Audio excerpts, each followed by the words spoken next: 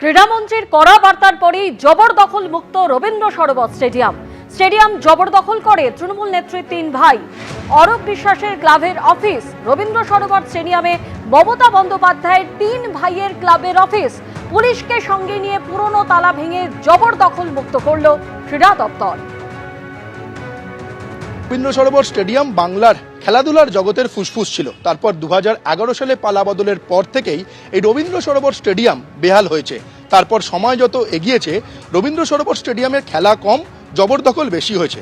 এই রবীন্দ্র সরোবর স্টেডিয়ামের নিচে যে একাধিক ঘর দেখতে পাওয়া যাচ্ছে সেটা পূর্বতন সরকারের প্রাক্তন মুখ্যমন্ত্রী মমতা বন্দ্যোপাধ্যায়ের ভাই স্বপন বন্দ্যোপাধ্যায় ওরফে বাবুন বন্দ্যোপাধ্যায়ের কালীঘাট স্পোর্টস লাভার অ্যাসোসিয়েশনের ঘর যেমন ছিল, তেমনি আরেক ভাই কার্তিক বন্দ্যোপাধ্যায়ের ক্লাব বিবেক ক্লাবের ঘর ছিল। আরেক ভাই অজিত বন্দ্যোপাধ্যায়ের ক্লাব কালীঘাট এমএস অর্থাৎ কালীঘাট মিলন সংঘের ক্লাবও এখানে জবরদখল হয়েছিল। শুধু তাই নয়, প্রাক্তন ক্রীড়ামন্ত্রী অরূপ বিশ্বাসের ভাই স্বরূপ বিশ্বাসের সুরুচি সংঘ ক্লাবের ঘরও এখানে দখল অবস্থায় ছিল। যে ছবি দেখতে পাওয়া যাচ্ছে কলকাতা লিগে প্রথম ডিভিশন চ্যাম্পিয়ন হওয়ার সেই ছবি এখনও রয়েছে। ছবি এখানে থাকলেও ঘর দখলমুক্ত হয়ে গেছে। আজ এখানে যে একাধিক যে ঘরগুলো, সেই ঘরগুলোর তালা ভেঙে নতুন তালা লাগিয়ে দেওয়া হয়েছে। নতুন ক্রীড়ামন্ত্রী নিশীথ প্রামাণিক 48 ঘন্টা আগে বলেছিলেন যে রবীন্দ্র সরোবর স্টেডিয়ামের যে ঘরগুলো বেআইনিভাবে দখল হয়ে রয়েছে সেই ঘরগুলো দখলমুক্ত করা হবে। 48 ঘন্টা কাটতে না কাটতেই রবীন্দ্র সরোবর স্টেডিয়ামের সেই একাধিক ঘর দখলমুক্ত করা হলো এবং নিশীথ প্রামাণিকের তরফে যেটা বলা হয়েছে যে রবীন্দ্র সরোবর স্টেডিয়ামের যে অ্যাথলেটিক ট্র্যাক, সেই অ্যাথলেটিক্স ট্র্যাক এখানে ফিরিয়ে আনা হবে। এরকম মাঠে আজকেও এসেছি, এসে দেখি সমস্ত ক্লাবে তালাবন্ধ। আমাদের ক্লাব ভারতবর্ষের প্রাচীনতম অ্যাথলেটিক ট্রেনিং সেন্টার এটিসি হিসাবে পরিচিত। পশ্চিমবঙ্গের প্রথম এটিসি অ্যাথলেটিক ট্রেনিং সেন্টার হিসাবে তৈরি হয়। তো এসে দেখি এটাও তালাবন্ধ। আমাদের এখানে প্রায় 120-130টা বাচ্চা ছেলেমেয়ে প্রত্যেক দিন আসে। তো আমি জানি না এখন ওরা আসবে কিনা, আমি ফোন করে বলার চেষ্টা করছি। কোনো রকম অ্যাথলেটিক্স অ্যাক্টিভিটি নেই, কিচ্ছু নেই।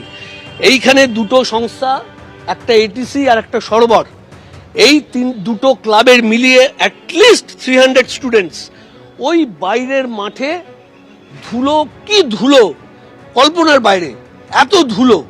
ওই ধুলোর মধ্যে ছেলেমেয়েরা প্র্যাকটিস করেছে। আর মানে যদি এটা মেজার করার কিছু থাকতো তাহলে দেখতো যে লাংসে এত এত ধুলো। যারা প্র্যাকটিস করেছে, যারা করিয়েছে, তাদের এত এত ধুলো যদি মেজার করার কিছু থাকতো দেখতে পেত। এখানে থাকলেও ঘর দখলমুক্ত হয়ে গেছে। আজ এখানে যে একাধিক যে ঘরগুলো, সেই ঘরগুলোর তালা ভেঙে নতুন তালা লাগিয়ে দেওয়া হয়েছে। নতুন ক্রীড়ামন্ত্রী নিশীথ প্রামাণিক 48 ঘন্টা আগে বলেছিলেন যে রবীন্দ্র সরোবর স্টেডিয়ামের যে ঘরগুলো বেআইনিভাবে দখল হয়ে রয়েছে সেই ঘরগুলো দখলমুক্ত করা হবে।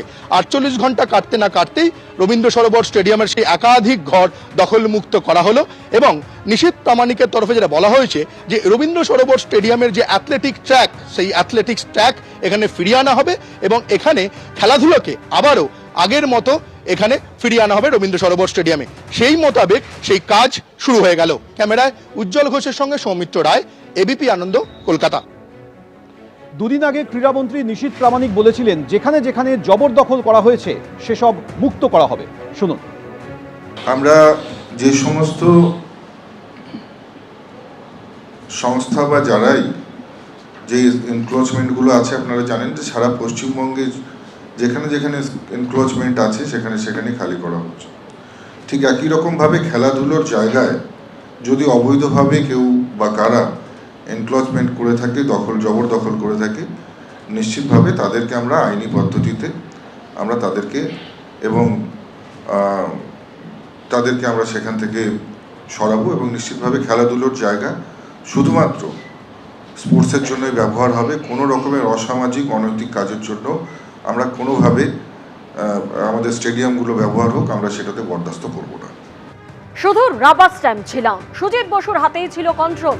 জিজ্ঞাসাবাদে এমনই জানিয়েছেন পাঁচু রায় দাবি ইডি সূত্রে। অধিকাংশ কাউন্সিলরই ছিলেন সুজিত বসুর লবি, তাই বাধ্য হয়ে অয়নশীলের সংস্থাকে টেন্ডার নিয়োগ প্রক্রিয়ায় কোনো বাইরের সংস্থাকে চায়নি। দক্ষিণ দমদম পুরসভায় দুর্নীতি নিয়ে দাবি তৎকালীন চেয়ারম্যানের। পুর নিয়োগ দুর্নীতি মামলায় কোর্টে চাঞ্চল্যকর দাবি ইডির। পুর নিয়োগে দুর্নীতির সময় দক্ষিণ দমদমের পুরপ্রধান ছিলেন পাঁচু রায়। পুর দুর্নীতির সময় দক্ষিণ দমদমের ভাইস চেয়ারম্যান ছিলেন সুজিত বসু।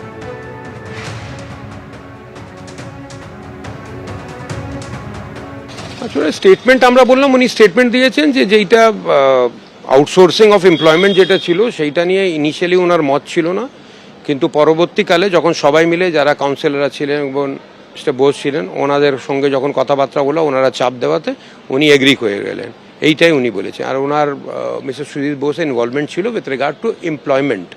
এখন তদন্ত চলছে, আমরা বলছি তদন্তে আমরা কিছু স্টেটমেন্ট পাচ্ছি, আরও তদন্ত করছি। একজন নেতাইবাবুকে আমরা আবার ইনভেস্টিগেশন করার জন্য ডেকেছি ওনার স্টেটমেন্ট নেওয়ার জন্য। সুতরাং এখন আপাতত আমরা 14 দিনের জুডিশিয়াল কাস্টাডি চেয়েছি। গতকাল কোর্টে হাজির হন মালা রায়, তিনি আত্মসমর্পণ করে জামিন নিয়েছেন। এর পাশাপাশি আজ জাভেদ খান তিনিও কোর্টে হাজির হয়ে জামিন নিয়েছেন। একই সঙ্গে আজ আদালতে গিয়েছেন অদিতি মুন্সি এবং দেবরাজ চক্রবর্তী। তিনটি ছবি আপনাদের পাশাপাশি দেখাচ্ছি। মালা রায়ের বিরুদ্ধে অশান্তিতে যুক্ত থাকার অভিযোগ ছিল, জাভেদ খানের বিরুদ্ধে অভিযোগ ছিল। সেই অভিযোগের প্রেক্ষিতে এই দুজন আত্মসমর্পণ করে জামিন নিয়েছেন। অন্যদিকে অদিতি মুন্সি এবং দেবরাজ চক্রবর্তী আদালতে আজ হাজির হন। অদিতি মুন্সি এবং দেবরাজ চক্রবর্তী তারা আশঙ্কা করছেন যে তাদেরকে গ্রেপ্তার করা হতে পারে, এই আশঙ্কায় তারা আদালতের দ্বারস্থ হয়েছেন। হাইকোর্টের বিচারপতি জয় সেনগুপ্তর এজলাসে মামলা দায়ের হয়েছে। 8ই জুন মামলার শুনানি হতে পারে।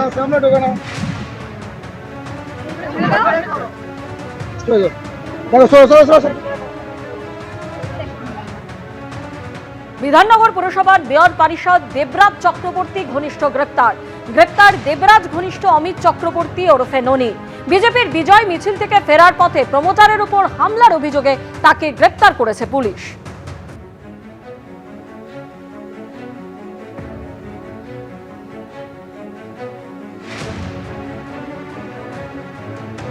আর অন্যদিকে আপনারা গতকালই দেখেছিলেন মালা রায় তিনি আদালতে গিয়ে আত্মসমর্পণ করেন, আর অন্যদিকে কোর্টে জাভেদ খান তিনিও আত্মসমর্পণ করলেন আদালতে গিয়ে। কাউন্টিং এর পরেই তিলজলায় অশান্তির মামলায় অভিযুক্ত তৃণমূল বিধায়ক, কসবা তৃণমূল বিধায়ক সহ একাধিকের বিরুদ্ধে এফআইআর। সেই মামলাতে তৃণমূল বিধায়কের কোর্টে আত্মসমর্পণ।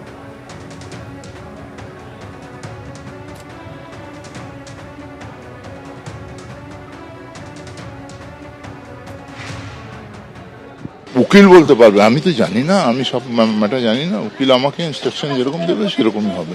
এবিপি আনন্দ, এগিয়ে থাকে, এগিয়ে রাখে।